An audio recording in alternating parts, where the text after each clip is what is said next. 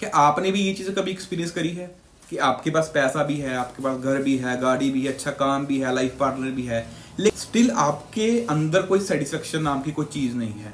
Still आपको कहीं ना कहीं कुछ खाली लगता है कि कुछ ना कुछ तो है जो भीतर खाली पड़ा है।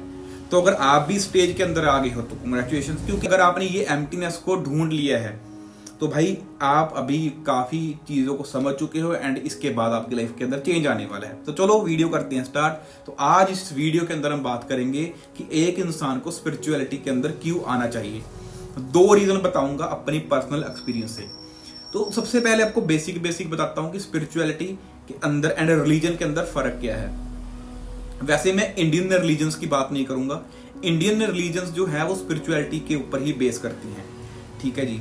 जो बाहर के रिलीजन्स हैं या फिर आज के जो हमारे इंडिया के रिलीजन है वो ऐसे ही बनते जा रहे हैं। जो रिलीजन है ना ये पूरा फेथ बेस है। आप क्वेश्चन नहीं कर सकते, आप बस कुछ लिख दिया है उसी के ऊपर ही मानोगे। आप अपनी बुद्धि बिल्कुल भी नहीं चलाते कि यार अच्छा ऐसा भी होता है। अब उसका परसेप्शन तक नहीं चेंज कर पाते कि अच्छा ये बात इस तरीके भी तो बोली जा सकती है, ये हो सकता है कि ये बात इस संदर्भ के अंदर बोली गई हो। बस आप एज इट इज पढ़ लिया, समझ लिया और अपने आप को ज्ञानी समझ लिया। स्पिरिचुअलिटी के अंदर ऐसा नहीं है। स्पिरिचुअलिटी के अंदर क्या होता है, स्पिरिचुअलिटी होती क्या है कि भाई जिस चीज के अंदर आप फेथ कर रहे हो उस चीज को ढूंढना। कहां पे? बाहर नहीं, अपने भीतर। इनवर्ड जर्नी को ही बोलते हैं स्पिरिचुअलिटी। अपने आप को देखना, अपने अंदर की चीजों को देखना, अपने आप को जानना, मैं कौन हूं, मैं क्यों हूं, मैं कैसे आया, इन सब क्वेश्चंस के आंसर को ढूंढना या खोज करनी इन चीजों की, वो स्पिरिचुअलिटी के अंदर आता है। अब आपको दो चीजें बताता हूं कि स्पिरिचुअलिटी में क्यों आना चाहिए। पहला रीजन, हमने बहुत बारी ये पढ़ा है कि भाई पुराने जो हमारे ग्रंथ है कि काम, क्रोध, लोभ, मोह, माया, ठीक है, इन चीजों से हमें दूर रहना चाहिए। ये कुछ 5-6 चीजें हैं। तो अभी हम इन चीजों की कुछ डिटेलिंग पे नहीं जाएंगे पूरा, हम बेसिक ही जाने। पहले चलते हैं काम के ऊपर। अब काम क्या है? आपने सुना है कि काम से दूर रहो। काम होता है काम वासना, ठीक है। मान लो कोई ऑपोजिट जेंडर देख लिया रोड के ऊपर तो माइंड के अंदर आया कि यार ये इंसान तो मेरे साथ होना चाहिए। तो हमने इमेजिनरी कुछ चीजें क्रिएट कर ली। आप इमेजिन करना स्टार्ट कर दिया कि ये इंसान मेरे साथ है, कैसा हो अगर ये लड़की मेरे साथ हो, ये लड़का मेरे साथ हो, ऐसा हो वैसा हो। आपने एक गाड़ी देखी 25-30 लाख की, बहुत अच्छी लगी। अब आपका सपना बन चुका है कि यार ये तो मैं भी लूंगा। देखा है आंखों ने, सोचा है दिमाग ने और इसके ऊपर डीप थिंकिंग करी, उस चीज को इल्यूजनरी ड्रीम बना लिया।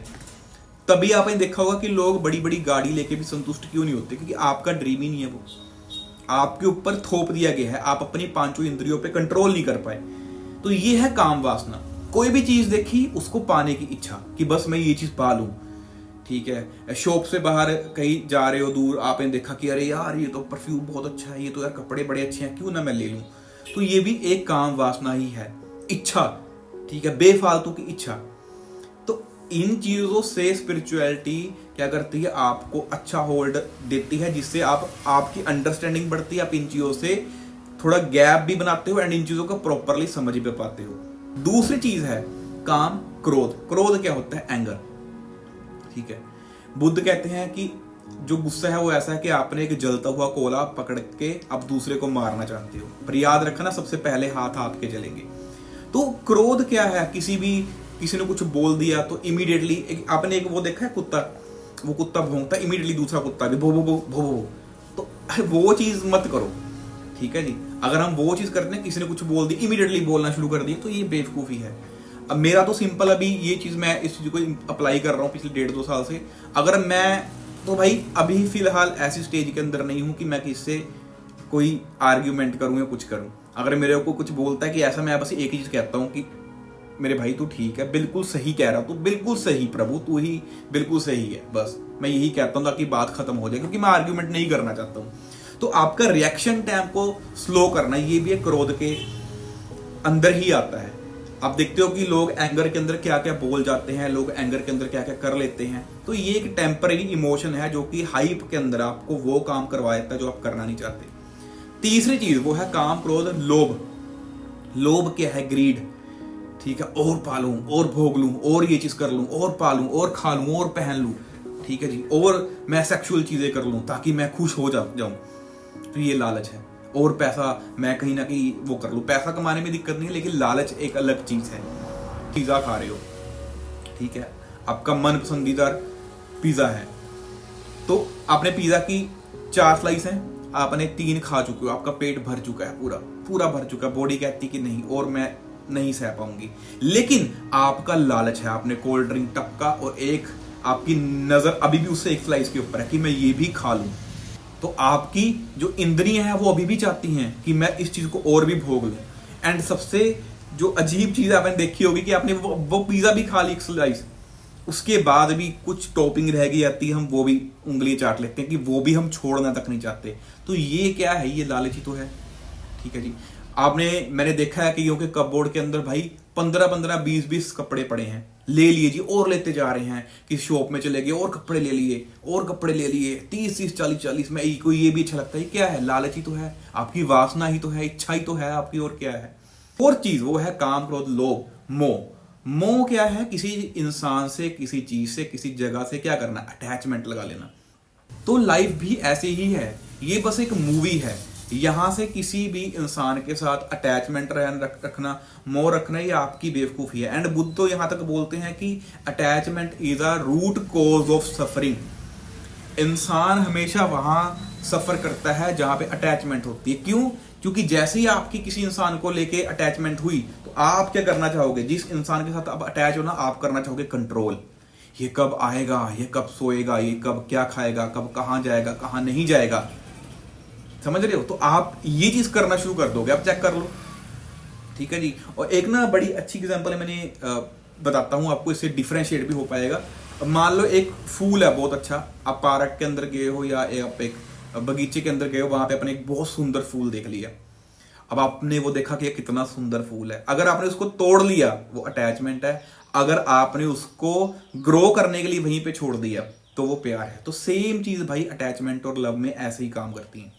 अटैचमेंट में लोग आपको कंट्रोल करना चाहते हैं, लोग आपको मैनेज करना चाहते हैं, लोग आपसे एक्सपेक्टेशन रखते हैं, लोग आपको दुखी करेंगे जो आपसे अटैच है। लेकिन प्यार में ऐसा नहीं होता, प्यार में होता है फ्रीडम, भाई जो करना है करो, खुश हूं मैं, जो तू कर रहा है खुश हूं भाई, बस जो तू बनना चाहता है बन, तुझे कुछ करना है, तुझे कुछ नहीं करना है, कुछ चीजें नहीं करनी है, तो भाई हम हैप्पी हैं क्योंकि हम प्यार करते हैं।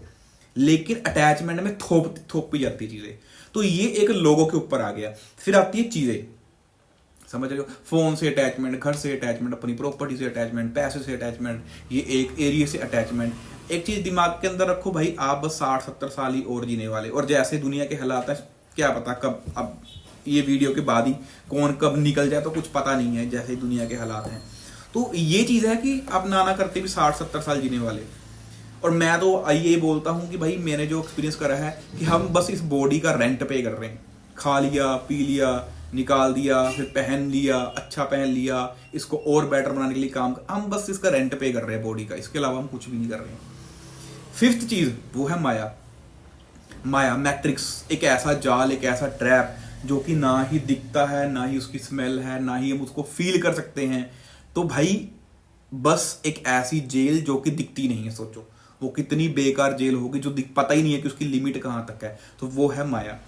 मैं पहले ही बोल चुका हूं कि एक इंसान अपनी जिंदगी के अंदर 80 से लेकर 90% वो काम करता है जिसकी ना तो वैल्यू है, ना वो एंड पॉइंट पे उसको कुछ देगी, एंड पॉइंट पे उसको सफरिंग ही करेगी, वो उसका कोई मतलब नहीं बनता। वो बस इसलिए किया जाता है कि लोग क्या कहेंगे, 100 लोग कर रहे हैं जी, सारी दुनिया कर रहे हैं जी, हम भी कर लेते हैं। तो ये एक माया है। तो माया और कुछ भी नहीं है, बस वही चीजें हैं लाइफ के अंदर, ऐसी चीजों को करना जिसमें कोई मतलब नहीं बनता, बस इंसान लगा रहता है। अब चेक कर लो, अगर एक इंसान की जिंदगी 70 साल है, तो अगर आप पूरा टाइम निकाल लोगे तो 70 में से वो 50 साल 55 साल यही सारी चीजों के में घूमता रहता है, जो आपको बता रहा हूं कि जिसकी कोई वैल्यू नहीं है। एंड में बच गए 5-10 साल, फिर उसको याद आता, अरे भाई, फिर उसको याद आता कि मैं स्पिरिचुअलिटी के अंदर आ जाऊं, अब मैं नाम भी जप लूं, क्योंकि अब उसको समझ लगना स्टार्ट हो गया। ठीक है, तो ये चीज है। एंड 6th चीज जो कि है अहंकार।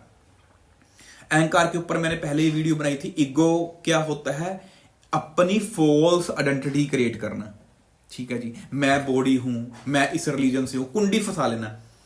मान लो एक शिप है, वो बहुत बड़ी शिप है, एंकर देखा ना आपने, एंकर फंसा दिया ऐसे, मैं तो इस धर्म से हूं, अब ये स्लो होगी आपकी शिप, आपने एक और एंकर फेंक दिया, मैं तो इस जाति से हूं, मैं तो इस लैंग्वेज को प्रमोट करता हूं, मैं तो इस एरिया से हूं, पता नहीं ना जाने आपने कितने एंकर फेंक रखे हैं और फिर हम पूछते हैं कि हमारी लाइफ चल क्यों नहीं रही है। भाई अहंकार यही है कि हमने अपनी आइडेंटिटी फॉल्स चीजों के अंदर जोड़ रखी है, जो हम नहीं है हमने उसकी अपनी पहचान उससे बना रखी है, मैं यही हूं।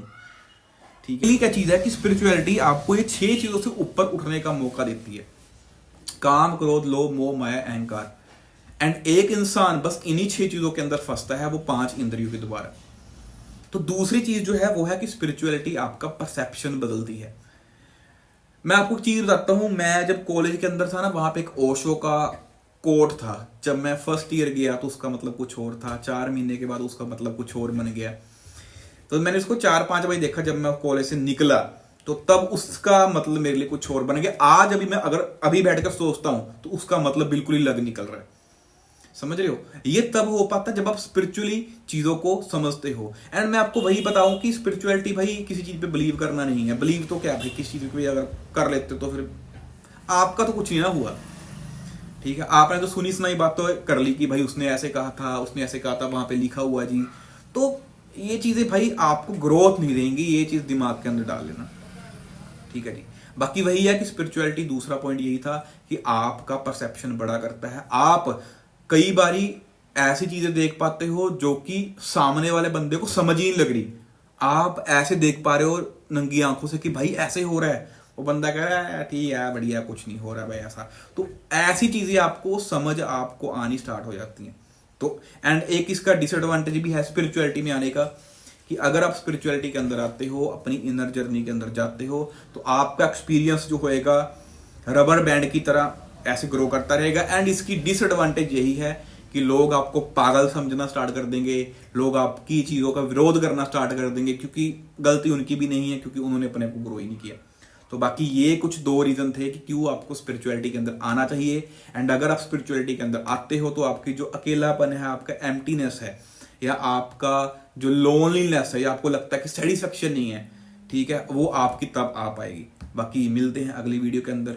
फोन आ रहा है तो करते हैं बात अगली वीडियो की, तब तक ही टाटा बाय बाय।